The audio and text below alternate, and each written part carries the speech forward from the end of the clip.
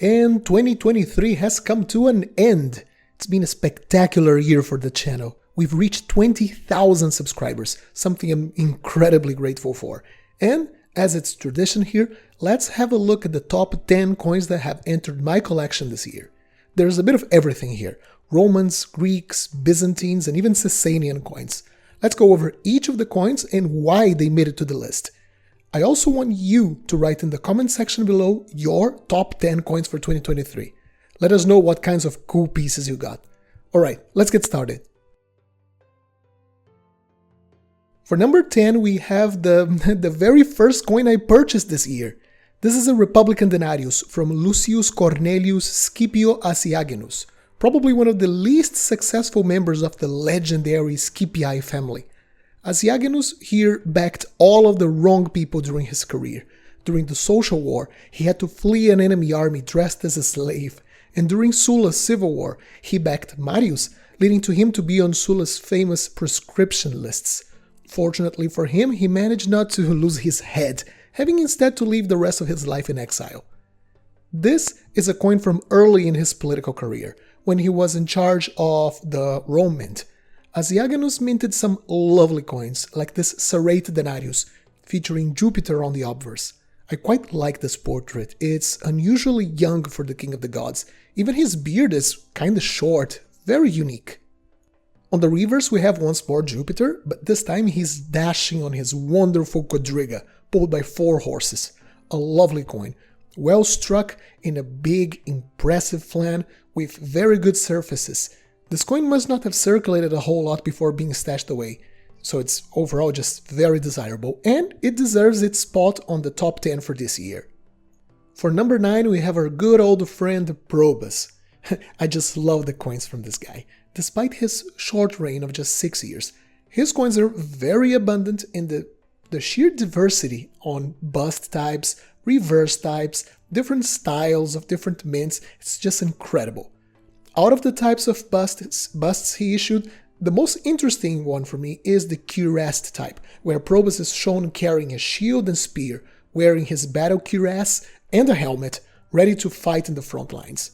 This example I'm showing here was made in Rome, and it's just so pleasing to look at. His proportions are well made. There's this great level of intricacies in the shield, the helmet, and his armor. It's just very busy visually. And it shows the dangerous times Probus lived in, where emperors had to be first and foremost good generals. Looking at the reverse, we have the Temple of Dea Roma, a massive temple right in the center of the imperial capital, and you can still find some of the ruins standing up to this day. It's right next to the Circus Maximus, and if you ever heard someone calling Rome the Eternal City, well, it looks like the Romans used to call it this way as well, because on the legends we can read Roma Aeternae, meaning to the eternal Rome. Such a wonderful little coin. And here is number 8. At first glance, this coin might not look like much, but for someone who loves the Roman Empire of the 2nd century AD, this piece is very interesting. Here we have the bust of Hadrian, but this coin was struck under his successor, Antoninus Pius. Despite being a very capable emperor, Hadrian was never in very good terms with the Roman Senate. He would much rather ignore the Senate when enacting his policies. The situation got quite conflictive in his last years. Hadrian's deteriorating mental state led him to arrest and condemn some senators to death, and by the end of his life, Hadrian would die hated by the Roman elite. Antoninus, his successor, was in much better terms with the Senate. He was one of them after all. However, in a very surprising move, one of the very first political acts of Antoninus as emperor was trying to get Hadrian, his now adoptive father, deified. The Senate was fully against it at first, but when Antoninus insisted and threatened to abdicate, the senators relented and Hadrian got his spot amongst the gods. And this little coin celebrates this occasion. The legends read Divus Hadrianus, celebrating his apotheosis. Deification issues like this one are generally quite common, but Hadrian's consecration denarii are very, very rare indeed. You see, the Roman mint was administered by minor magistrates that came from the senatorial class. I theorize, and it at least sounds reasonable, that there was still a pretty strong grudge against Hadrian at the time, so these magistrates in charge of the mint made sure that only the bare minimum number of coins in the name of that monster Hadrian were issued. Just enough for them to be able to say to Antoninus, "Here, Hadrian is deified. You see, he's on the coin. Happy now? Can we move on?" So as a result, very few coins reached our days, because there were very few coins to begin with. And now I have one, a physical manifestation of that interesting, quirky episode of Roman imperial politics. So nice. On the reverse, we have the eagle on top of a globe, the symbol of Rome's power over the world. It was also said that a giant eagle, sent by Jupiter himself, came to Earth to transport the spirit of the newly deified emperors to the afterlife. The legends, consecratio, reinforced the message that Hadrian was now a divine creature. At number 7, we have a coin from the Sasanian Empire. I am primarily a Roman collector, but the rivalry between Rome and the Sasanians was really legendary. Hundreds of years of intermittent conflict, and the Persians inflicted some crushing defeats upon the Romans. As for which Sasanian king was the most effective at being a thorn on the side of the Romans, this guy, Shapur I, gets the prize. Not only was he a very capable leader internally, firmly establishing his legitimacy on his vast territories and ruling for over 30 years, but he also won multiple battles against Rome, with the most important of these leading to the capture of Emperor Valerian. His coinage, we can see, is of very high silver purity, showing how prosperous his empire was compared against Rome and its highly debased coins at the time. So this is a physical manifestation of what a good leader he was. On the reverse, we have the fire altar of Ahura Mazda, the main god of the Zoroastrianism, which was the main religion of the Sasanians. As a collector of Romans, going off on a bit of a tangent and collecting coins of the peoples that Rome came into conflict with gives your collection a whole new level of depth. It becomes more universal, and you can see the influences one state had on the other in regards to the coins they made. It's really fascinating, and I really recommend you do it. For number 6, we have once again Emperor Hadrian. Hadrian has quite a few different portrait types struck during his long reign. This example is from his very first issue as emperor in 117 AD, and it has a couple of unique features compared to the rest of his issues. First, look at that young portrait of the emperor. Despite him being 41 years of age when he became emperor, so a mature man, here we can see a heroic portrait of a young man full of energy, which contrasts with all of his other later, more mature, slightly chubby portraits from the later years. Very unique. The legends are also quite interesting. Typically, Hadrian's coins are not very busy visually. Some of them only have very straightforward legends like Hadrianus Augustus, Hadrian the Emperor, in them. This one, however, follows the formula of his predecessor, Trajan, with long titles starting on the obverse and finishing on the reverse.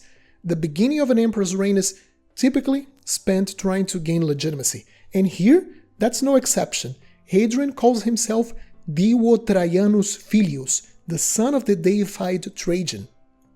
On the reverse we have Fortuna Redux. This was the goddess that protected people on their voyages, guaranteeing them a safe return back home.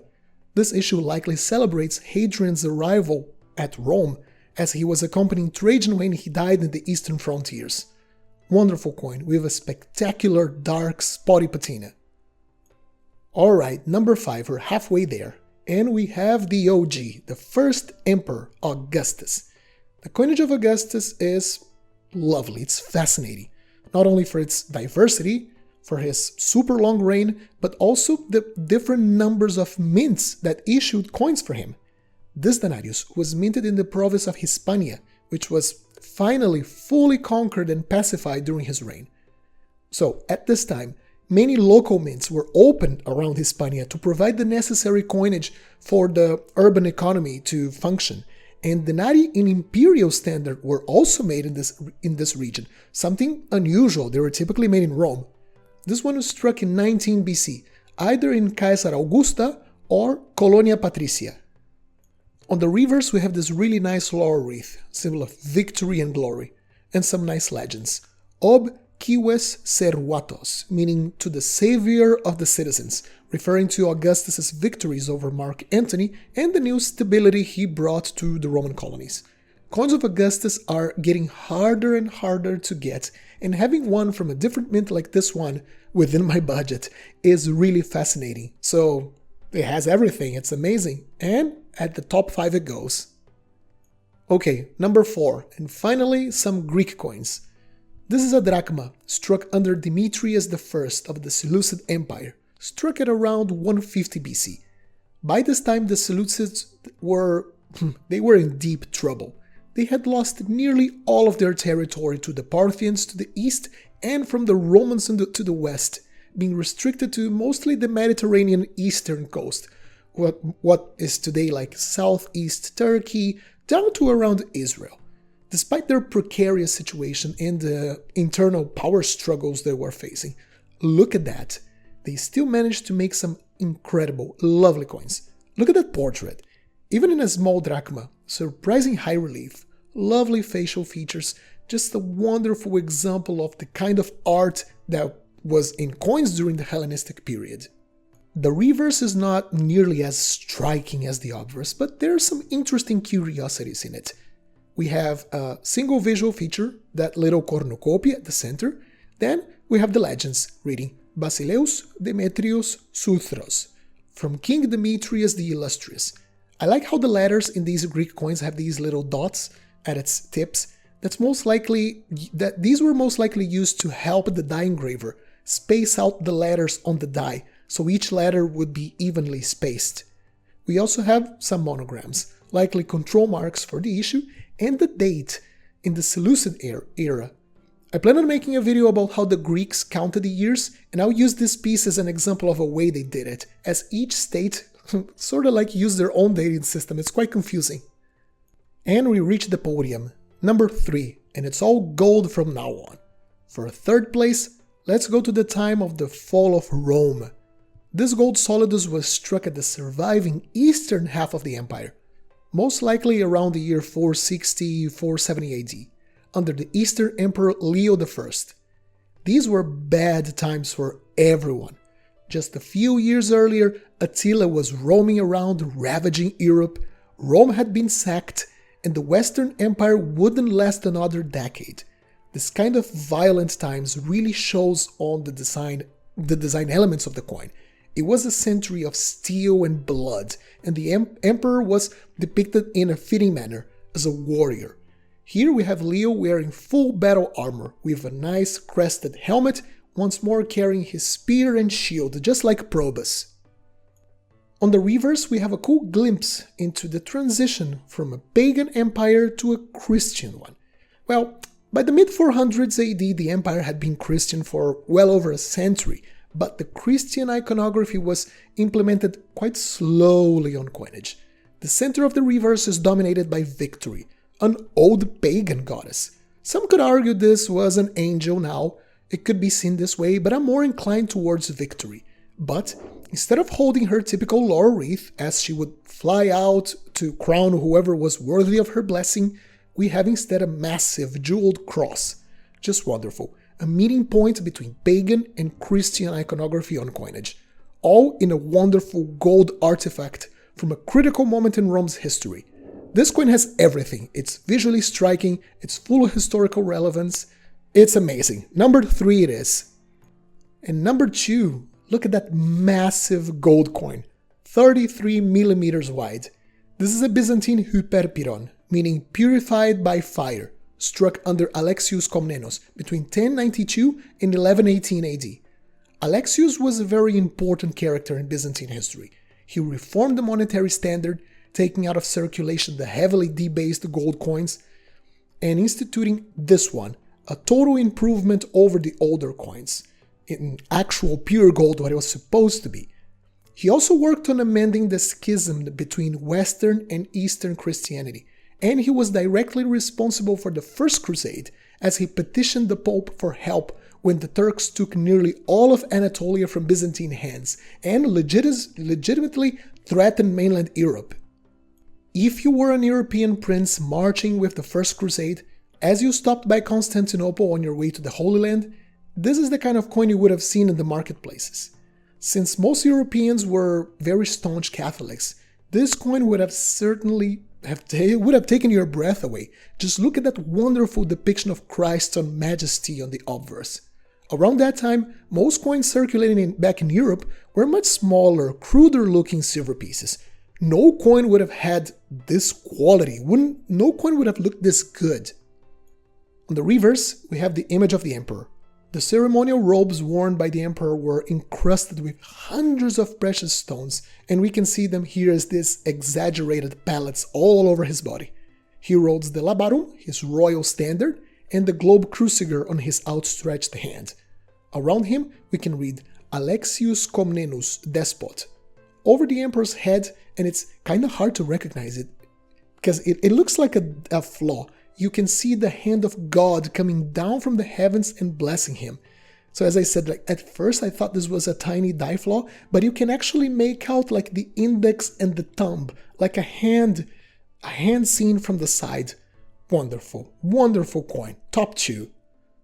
And here it is, numero uno, a wonderful Byzantine solidus of Constantine VII, struck at Constantinople between 945 and 959 AD. I'm going to start with the reverse first in this one. We have the bust of Constantine and his son, Romanus, both holding a patriarchal cross. I love the attention to detail in this obverse. The Caesar, as the heir of the throne, on the right is shown slightly smaller and with a less intricate robe compared to his father on the left, which once again has a robe heavily encrusted with precious stones represented by little pellets. Constantine VII was a scholar first and a ruler second, really. His rule was plagued by external conflicts, internal problems, but he wrote a lot of books that give us today a detailed account of the Byzantine administration and how the state was run in the Middle Ages. And finally, we get to the obverse. Wow, check out that Christ Pantocrator, my personal favorite type of depiction of Jesus. He has this very pronounced, very distinguishable halo around his head. He's looking straight at you, and in one hand he carries the Book of Gospels, while on the other he raises his hand in a position of blessing. Around his bust we can read Ixus Christus Rex Regnatium, Jesus Christ, King of Kings. The image is just incredible.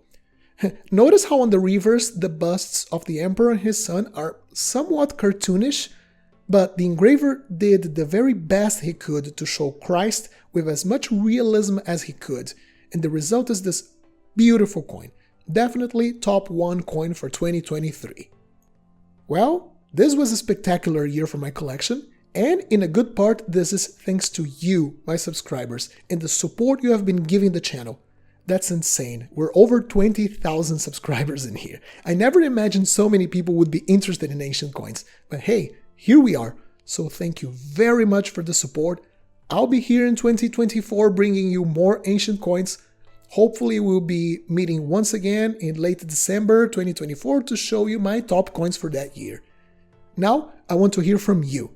Let us know the best coins you added to your collection in 2023 and how you plan on expanding your collection this year. I hope you once again enjoyed this little presentation. Please leave a like and consider subscribing if you did. Happy collecting, and I'll see you soon.